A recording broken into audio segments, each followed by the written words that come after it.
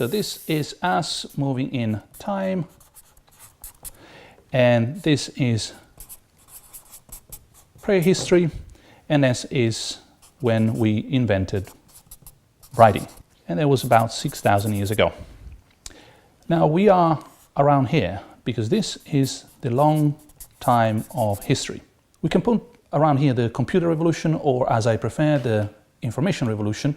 And with the information revolution, what we have is hyper history. We have inherited from the past a vision of history divided in two halves. The first half is when a society of human beings does not have the means to record the present for future consumption. In this world normally means that we don't know how to write. And there are some tribes in the Amazonian region which still qualify as prehistorical as we speak. Well, then that particular group of human beings is in prehistory. That's the first half.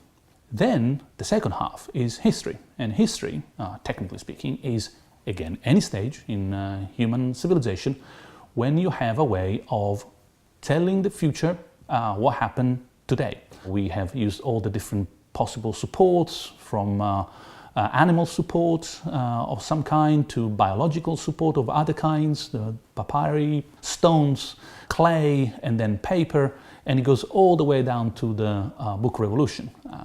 We have a third stage at this point. What has changed is that not only can we record the present and communicate to future generations what has happened, but our technologies now can actually process the information in question. Technology is always in between. It's in between a user and something else.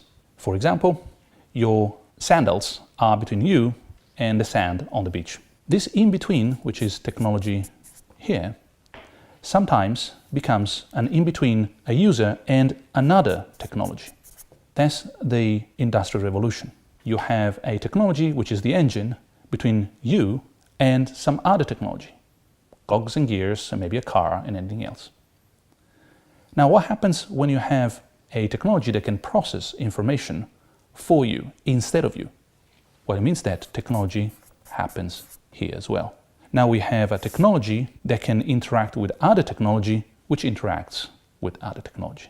So a computer can actually control a robot which builds a car because it's able to process information autonomously.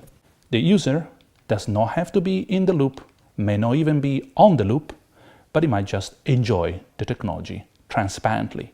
The technology there is like the perfect butler who will do anything for you without even you noticing it. And that's the most optimistic scenario. For some pessimists, actually, we are being kicked out of this loop and technology will take over because the technology in between will be governed by technology in order to control other technology and will take over.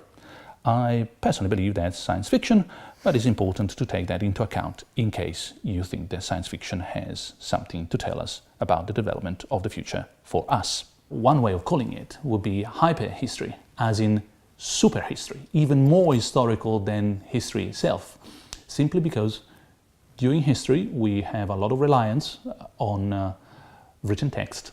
You wouldn't have big empires without laws written somewhere, instructions provided for the future, and so on. No Roman Empire, no British Empire, no Chinese empire without writing. Today we are discovering that our technologies which are processing the information itself, they are providing a new sort of support for our life.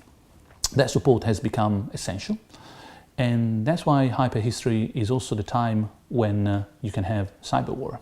In history, conflicts tend to be conflicts between states, national states. I mean, it takes a long time for history to develop the very concept of national states, as in sort of Germany, France, Great Britain, United States. But once conflicts start involving ICT, information and communication technologies, then you don't have to have a national state to have a war and a conflict. ICT is almost like hacking into a nation's peacemaker.